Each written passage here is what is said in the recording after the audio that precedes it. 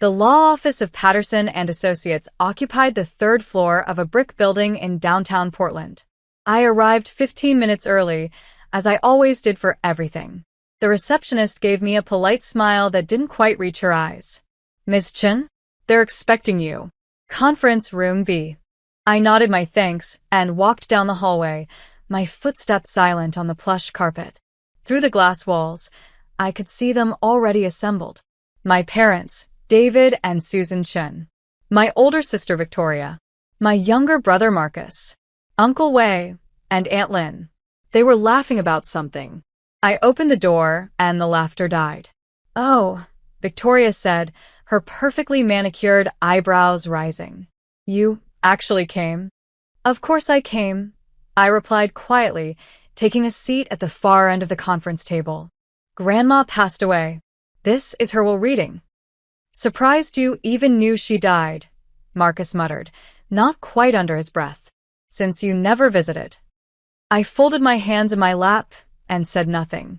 There was no point in explaining that I'd video called Grandma every single day for the past 3 years. That we talked for hours about everything and nothing. That she taught me Mandarin over FaceTime and I taught her how to use Instagram. They wouldn't believe me anyway. My father cleared his throat. "We weren't sure you'd get the message. You're so busy with your life in Seattle." "I got the message," I said simply. The truth was, I'd been the one who received the call from the hospice nurse. I'd been the one on the phone with Grandma in her final hours, listening to her labored breathing, telling her I loved her in both English and Mandarin. But my family didn't know that. They'd been too busy arguing about funeral arrangements to notice who was actually with her, even if only virtually. Victoria was dressed in head-to-toe black designer clothes, looking like she was attending a fashion show rather than a will reading. "Well, let's get this over with. Some of us have actual commitments." The door opened and a distinguished man in his 60s entered, carrying a leather briefcase. "Good afternoon, everyone. I'm Robert Patterson. I'll be executing Mrs. Chen's will today." He settled into his seat and pulled out a thick folder. My family leaned forward eagerly. I sat back, watching. "Before we begin," Mr. Patterson said, "I need to confirm everyone's identity." He went around the table, checking IDs. When he got to me, he paused. "Ah, Ms. Lauren Chen. Your grandmother spoke of you often." "Did she?" I asked softly. "Extensively," he replied, and something in his tone made Victoria's eyes narrow. Mr. Patterson returned to his seat and opened the will. "Let me start by saying that Mrs. Mei Chen was very specific about her wishes. She updated this will multiple times over the past 5 years, most recently 8 months ago." 8 months ago? My mother frowned. She was already quite ill by then. "She was," Mr. Patterson agreed. "But she was of completely sound mind. I have medical certification to that effect from 2 independent physicians." Victoria waved her hand impatiently. "Can we just get to it? What did she leave to whom?" Mr. Patterson gave her a cool look. "Very well. Mrs. Chen's estate consists primarily of real property, specifically 9 rental properties in the Portland area, with a combined assessed value of approximately $4.2 million. The room went silent. I'd known about the properties, of course. Grandma had told me about each one, sharing stories of how she and Grandpa had built their portfolio from nothing, 2 immigrants working 3 jobs each to buy their first duplex in 1975. 9 properties. My father breathed. "I knew about 5, but 9? Your mother was a shrewd businesswoman," Mr. Patterson said. "She acquired the last 4 properties over the past decade. All are income-generating, fully rented, and professionally managed." Victoria's eyes were gleaming. "So we divide them 3 ways? 3 for me, 3 for Marcus, 3 for Lauren." "Not exactly," Mr. Patterson said. "What do you mean, not exactly?" Victoria's voice rose. "We're her grandchildren. That's how inheritance works." Mr. Patterson adjusted his glasses. "Mrs. Chen left very specific instructions. She wanted me to read you a letter first."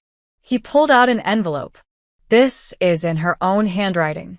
"Just tell us who gets what," Marcus said impatiently. "The letter is part of the will," Mr. Patterson said firmly. Mrs. Chun insisted it be read aloud, in full, before any distribution is discussed. He opened the envelope and began to read. My dear family, if you're hearing this, I am gone. I hope you gave me a good funeral. I hope you said kind things about me. I hope you remembered that I loved you all, even when you made it difficult. I have thought long and hard about what to do with the properties your grandfather and I built. These 9 buildings represent 50 years of work. 50 years of sacrifice. Of saving every penny. Of fixing broken toilets at midnight and dealing with difficult tenants and learning a business in a language we barely spoke. I have watched each of you carefully over the past 5 years. I have seen who you are when you think no one is watching. I have seen what you value and who you value it for. Victoria, you visited me twice in the past 3 years. Both times you asked about the properties. Asked when I was going to downsize and simplify my estate. You never asked how I was feeling. You never asked about my life. Marcus, you called me every few months. Always with the same question. Did I need help managing my assets? You offered many times to take over the properties to relieve me of the burden. You never asked about my book club or my garden or my friends. David and Susan, you are good children to me. But you raised Victoria and Marcus to see me as a bank. Every conversation became about money, about property, about what I would leave behind instead of what I was living now. And then there is Lauren. Lauren, who moved to Seattle 7 years ago and broke my heart a little. Lauren, who everyone said abandoned the family. Lauren, who stopped coming to dinners because Victoria made her cry and Marcus made her feel small. But Lauren, who called me every single day. Who learned Mandarin so we could talk in my first language when I was tired. Who sent me pictures of her life and asked about mine. Who remembered every story I told and asked to hear them again. Who loved me, not what I had. So, I made a choice. Mr. Patterson paused, and I could feel every eye in the room on me. My heart was pounding. What choice? Victoria demanded. What did she do? Mr. Patterson continued reading. In 2019, I transferred all 9 properties into an irrevocable trust. The sole beneficiary of that trust is Lauren May Chin, my youngest grandchild, and the only one who saw me as a person instead of a portfolio. To Victoria and Marcus, I leave my jewelry and my furniture. These items have sentimental value and should sell for approximately $30,000 combined. Use this money however you wish. To my son David and his wife Susan, I leave my blessing and my love. You will understand why I made this choice, even if it hurts. To Lauren, I leave everything else. The properties. The rental income. The future. I am not being cruel. I am being honest. You reap what you sow, and I watched for 5 years what each of you planted. Love, Grandma. The silence that followed was deafening. Then Victoria exploded. That's bullshit. She slammed her hand on the table. She was senile. This isn't legal. She pointed at me with a shaking finger. You manipulated her. You poisoned her against us. Miss Chun, Mr. Patterson said calmly, your grandmother was examined by 2 independent physicians before executing these transfers. Both certified her mental competency. The transfers are legal, binding, and irrevocable. I don't believe this, Marcus said, his face pale. 9 properties? All of them? To her? Yes, Mr. Patterson confirmed. He pulled out another folder. Here are the trust documents, filed with the county recorder in June 2019. All 9 properties legally transferred to the Lauren M. Chun Irrevocable Trust. He laid them out one by one. Each deed, each transfer document, each notarized signature. The Hawthorne Avenue duplex. The Division Street fourplex. The Belmont Commercial Building. The Alberta Street Apartments. The Woodstock Family Home. The Selwood Rental House. The Morrison Triplex. The Foster Powell Corner lot with 2 houses. The Jade District mixed-use building. All 9. All mine. My mother was crying silently. My father looked like he'd aged 10 years. Uncle Wei and Aunt Lynn sat frozen in shock. But Victoria was just getting started. This is what you get, she hissed at me, her face twisted with rage. This is what you deserve for cutting us off, for abandoning your family, for moving away and acting like you're too good for us. I didn't abandon anyone, I said quietly. You left, Victoria screamed. You moved to Seattle and stopped coming to family dinners and made Grandma think we didn't care about her. I stopped coming to family dinners because you bullied me at every single one, I said, my voice still calm but harder now. Because Marcus criticized every choice I made. Because you all made it clear I didn't fit your vision of what a chin should be. That's not true, my mother protested weakly. Isn't it? I looked at her directly. Mom, when was the last time you asked about my job without suggesting I should quit and work for Dad's company instead? When did you ask about my life without comparing it to Victoria's? She had no answer. And I didn't make Grandma think anything. I continued. I called her every single day. FaceTime. Every morning at 8 a.m. before work. We talked for an hour, sometimes two. About everything. Her stories from China, her life in America, her friends, her concerns, her joys. Everything. That's a lie, Marcus said flatly. I pulled out my phone and opened my call history. Would you like to see? 1,095 consecutive days of FaceTime calls. That's 3 years, Marcus. 3 years of daily calls. Never missed once. I turned the screen toward them. The evidence was irrefutable. Call after call after call, each one lasting 60 to 120 minutes. You could have faked that, Victoria said desperately. Why would I? I asked. Why would I fake calling someone I loved? The better question is, why didn't you actually call her? Victoria's face went red. I was busy. I have a career, a life. So do I interrupted.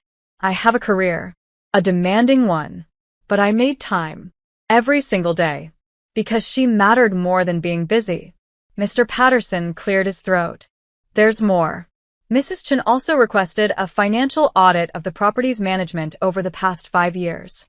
She asked me to review the accounts before the will reading.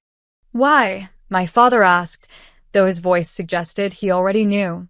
Because, Mr. Patterson said, pulling out yet another folder, there are significant discrepancies in the reported rental income versus the actual collected income.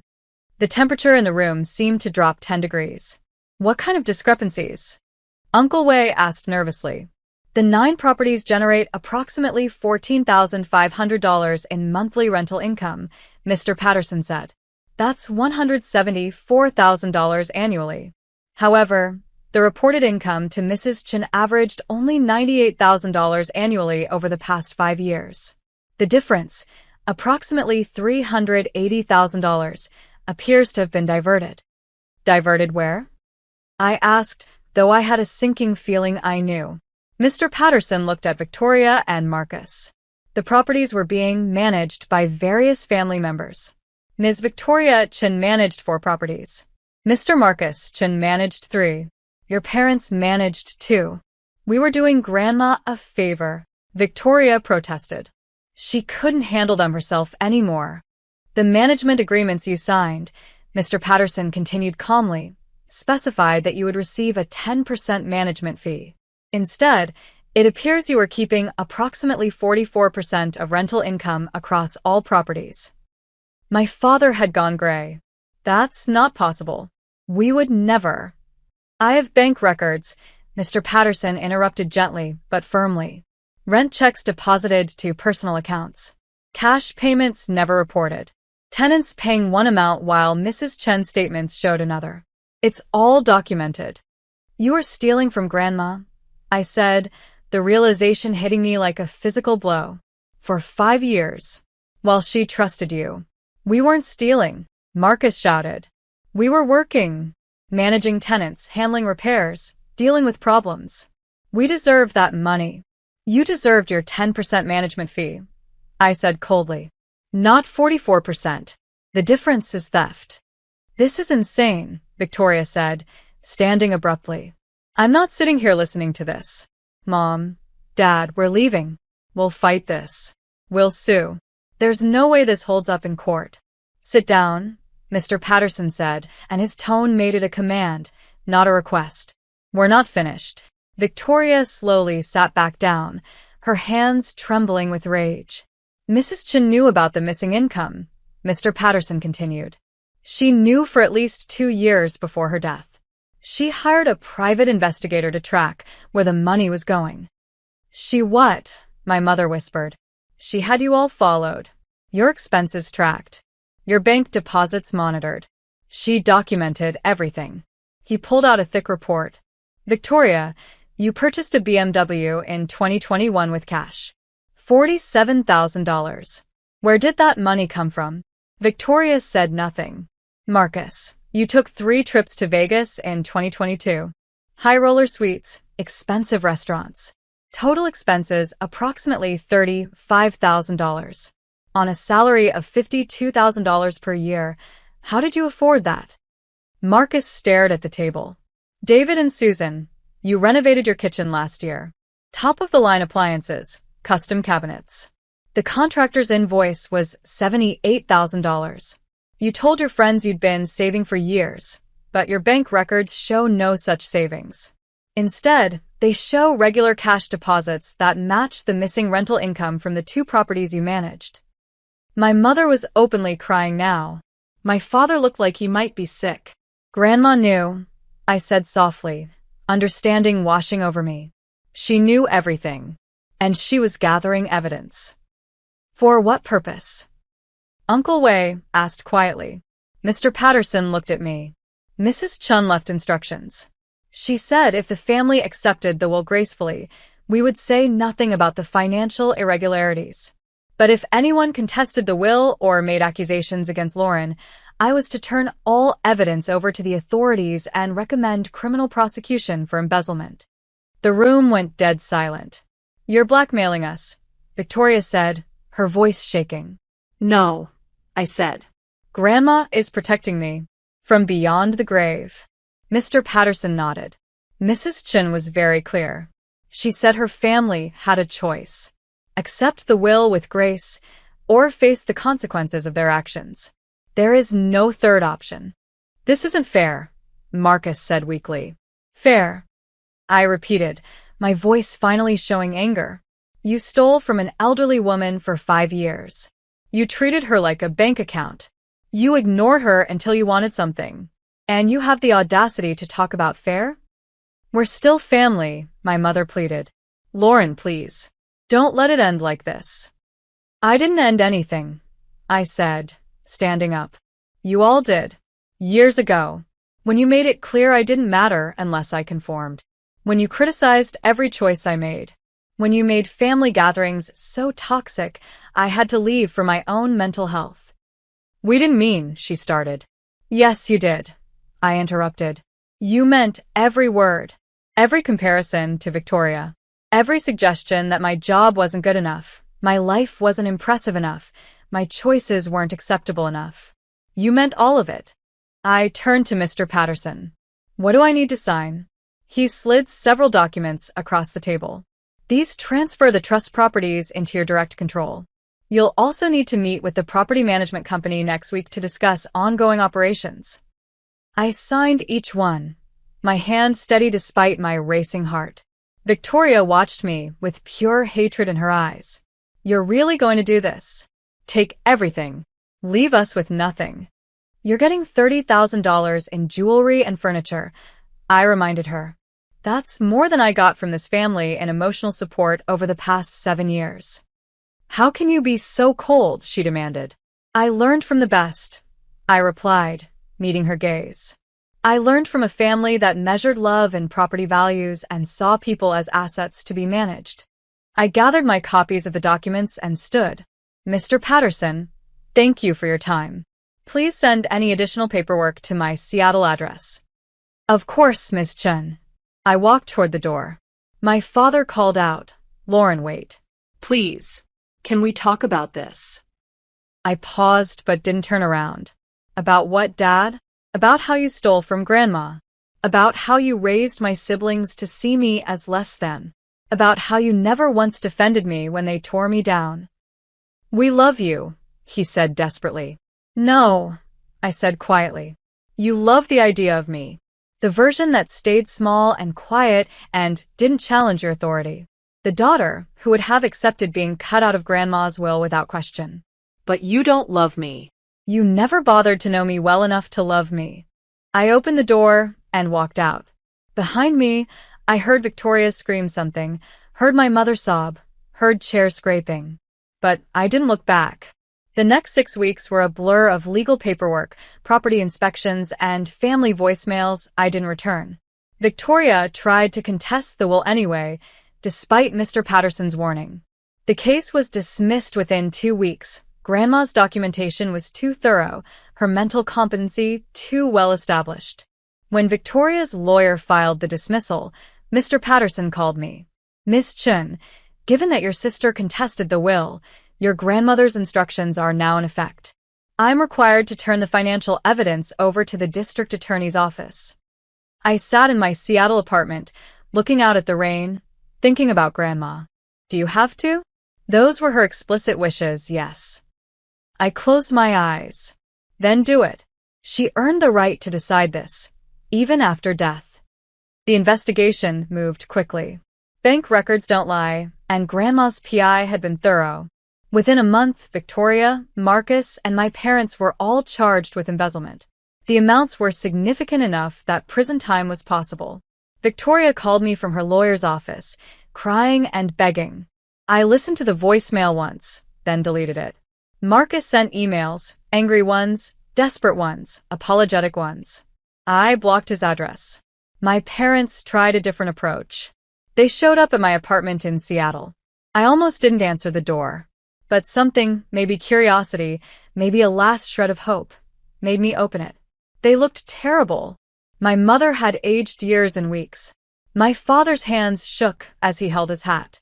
Can we come in? He asked. I should have said no. But I stepped aside and let them enter. We sat in my living room in awkward silence. Finally, my mother spoke. We're sorry. For everything. For how we raised Victoria and Marcus. For how we treated you. For stealing from my mother. For all of it. Okay, I said neutrally. Okay. My father looked confused. That's all you have to say? What do you want me to say, Dad? That I forgive you? That we can pretend this never happened? We want our daughter back, my mother said, tears streaming down her face. Which daughter? I asked. The real me, or the version you wanted me to be? She had no answer. Here's the truth, I said, leaning forward. I spent 27 years trying to be enough for this family. Smart enough, successful enough, Chinese enough, American enough. I was never enough. There was always something wrong. My job, my apartment, my friends, my choices. Everything was subject to criticism and comparison. We were trying to help you. My father started. You were trying to control me. I interrupted. There's a difference. And when I finally found the courage to set boundaries, to move away, to build a life that made me happy, you punished me for it. You made me the family's scapegoat. We didn't mean to, my mother protested. But you did, I said firmly. Impact matters more than intent. And the impact was that I felt unwelcome in my own family. Until Grandma. She was the only one who saw me. Really saw me. And she protected me the only way she knew how. My father stood up abruptly. So that's it? You're going to let us go to prison? Let your brother and sister have criminal records? Destroy the family? I didn't destroy anything, I said, standing to face him. You all did that yourselves. You stole. You lied. You hurt someone who trusted you. Those are your choices, not mine. Please, my mother begged. You could ask them to drop the charges. Tell them it was a misunderstanding. It wasn't a misunderstanding. It was theft. $380,000 worth. For 5 years. From an elderly woman who loved you. She had plenty of money, my father shouted. That's not the point. I shouted back, my control finally breaking. The money isn't the point. The point is that you saw her as a resource instead of a person. Just like you saw me as a reflection of your success instead of as an individual. Just like you taught Victoria and Marcus that love is transactional and family is about hierarchy and control. I was breathing hard, tears running down my face. You broke something in all of us. Grandma was just the only one brave enough to say it out loud. They left shortly after that. I stood at my window and watched them drive away, feeling nothing but emptiness. Despite the emotional turmoil, I had 9 properties to manage. I met with the property management company Grandma had used, a woman named Jennifer who'd worked with her for 20 years. Your grandmother was remarkable, Jennifer said as we toured the first property. She knew every tenant by name, remembered their children's birthdays, fixed things herself well into her 80s because she said it showed respect for the people living there. She never told me she did that, I said softly. She didn't like to brag, but she cared about these buildings. They weren't just investments to her, they were communities. Over the next month, I visited all 9 properties, met every tenant, heard their stories, learned which repairs were needed, which tenants were struggling, which buildings needed attention. And I understood, finally, what Grandma had been trying to tell me. These properties weren't about wealth. They were about legacy, about caring for people, about building something that mattered beyond dollars and cents. I made changes. I hired Jennifer's company to continue managing the properties. I set aside funds for repairs and upgrades. I established a hardship fund for tenants who fell on difficult times. Grandma had done this informally, but I made it official. The rental income, after all expenses and proper management fees, was about $118,000 annually. I didn't need it. My software engineering job paid well. So I did what Grandma would have wanted. I established the Machen Scholarship Fund for first-generation Asian American students. I donated to immigrant services organizations. I set up a grant program for elderly residents who needed help with housing costs. And I kept calling the properties every week, just like Grandma had. Not to check on the finances, but to check on the people. The embezzlement trial happened 9 months after the will reading. All 4 defendants, Victoria, Marcus, and my parents, took plea deals rather than face a jury. Victoria got 2 years probation and had to repay $112,000. Marcus got 18 months probation and owed $89,000. My parents, as the oldest and least culpable, got probation and owed $179,000 collectively. None of them would see jail time, but all would have felony convictions. The prosecutor called me as a witness for the sentencing hearing. I almost refused, but Mr. Patterson convinced me. Your grandmother wanted the truth told, he said. Not for revenge. For accountability. So I went. I sat in the courtroom and watched my family stand before the judge. Victoria looked defiant. Marcus looked broken. My parents looked ashamed. When it was my turn to speak, I stood at the podium and looked at the judge. Your Honor, these are my family members. I grew up with them. I loved them. Part of me still does. I paused, gathering my thoughts. But they hurt someone I loved very much. They took advantage of her trust, her generosity, her hope that family meant something. They stole from her while telling her they loved her. That's not a mistake. That's not a misunderstanding. That's a betrayal. I looked at my parents. My grandmother, Mei Chin, came to this country with nothing. She and my grandfather built something through sacrifice and hard work. She wanted to pass that on to family who would honor what it meant. Instead, you taught your children to see it as something they were entitled to. That's not fair, my mother said, but the judge told her to be quiet. My grandmother protected me, I continued, because she knew I needed protecting. Not from strangers, but from my own family. Think about what that means. Think about what kind of family makes an elderly woman feel she has to protect one grandchild from the others. I turned back to the judge. I don't know what the appropriate punishment is, Your Honor. I just know that actions should have consequences. My grandmother believed that. She lived that. And she died knowing that the people she trusted most had stolen from her. I sat down. The judge was silent for a moment, then announced the sentences. Fair but firm. Afterward, in the hallway, my father approached me. Are you happy now? You've destroyed us. No, Dad, I said tiredly. I'm not happy. And I didn't destroy anything. You made choices. You're facing consequences. That's not destruction. That's accountability. We'll never forgive you for this, Victoria hissed as she walked past. I know, I said. I'm okay with that. And I was. For the first time in my life, I was genuinely okay with my family's disapproval. I stood in front of the Hawthorne Avenue duplex, the first property Grandma and Grandpa had bought in 1975. It was freshly painted, the garden meticulously maintained, the tenants happy. Jennifer stood beside me.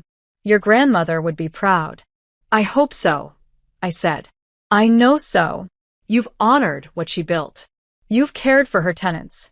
You've made these properties about people, not profit. My phone buzzed. A text from an unknown number. This is Marcus. I know you probably won't respond, but I wanted you to know I've been going to therapy, working through a lot of stuff about family, money, values. I'm not asking for anything. Just wanted you to know I'm trying to understand why I did what I did. Why we all did. Maybe someday we can talk. No pressure. I stared at the message for a long time. Then, I typed a response. I'm glad you're in therapy. I am too. Maybe someday we can talk. But not yet. I need more time. I sent it and put my phone away. Good news? Jennifer asked. Maybe, I said. Someday. Maybe. We walked through the property together, and I felt Grandma's presence in every corner. In the careful maintenance. In the respect for tenants. In the understanding that buildings are just structures. It's the people inside them that make them homes. That night, I sat in my Seattle apartment and wrote in the journal my therapist had recommended. Dear Grandma, it's been a year since the will reading. A year since everything changed. I'm managing your properties now. Taking care of the tenants. Honoring what you built. I understand now why you did what you did. You weren't being cruel. You were being honest. You were teaching all of us a lesson. Even though it hurt. Victoria and Marcus are rebuilding their lives. Mom and Dad are trying to make amends, though I'm not ready to let them yet. Maybe someday. But mostly I want to say thank you. For seeing me. For protecting me. For loving me enough to give me not just your properties, but your validation. For proving I wasn't crazy. That my feelings were valid. That I deserved to be treated with respect. You gave me more than real estate, Grandma. You gave me permission to set boundaries. To demand better. To know my worth. I miss you every day. But I feel you in these buildings. In the tenant smiles. In the knowledge that love isn't about control. It's about seeing someone clearly and loving them anyway. Thank you for seeing me clearly. Thank you for loving me anyway. Your granddaughter, Lauren. I closed the journal and looked out at the Seattle skyline. Somewhere in Portland, 9 buildings stood as monuments to an immigrant woman's dream. And now they were my responsibility, my legacy, my connection to a grandmother who'd loved me enough to protect me from my own family. The phone rang. Unknown number. I almost didn't answer, but something made me pick up. Hello?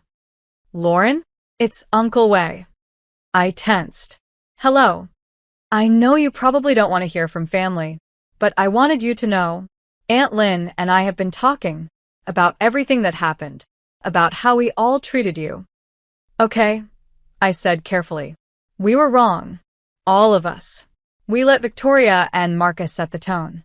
We let your parents criticize you without pushing back. We stood by while you were pushed out of the family. And we're sorry. I sat down slowly. Why are you telling me this? Because someone should. Because you deserved better. Because your grandmother was right about everything, and the rest of us were too proud to admit it. Tears pricked my eyes. Thank you for saying that. We'd like to see you sometime. If you're willing. No expectations. No pressure. Just dinner. Just talking. Just trying to do better. I thought about Grandma. About second chances. About the difference between people who make mistakes and people who refuse to acknowledge them. Maybe, I said.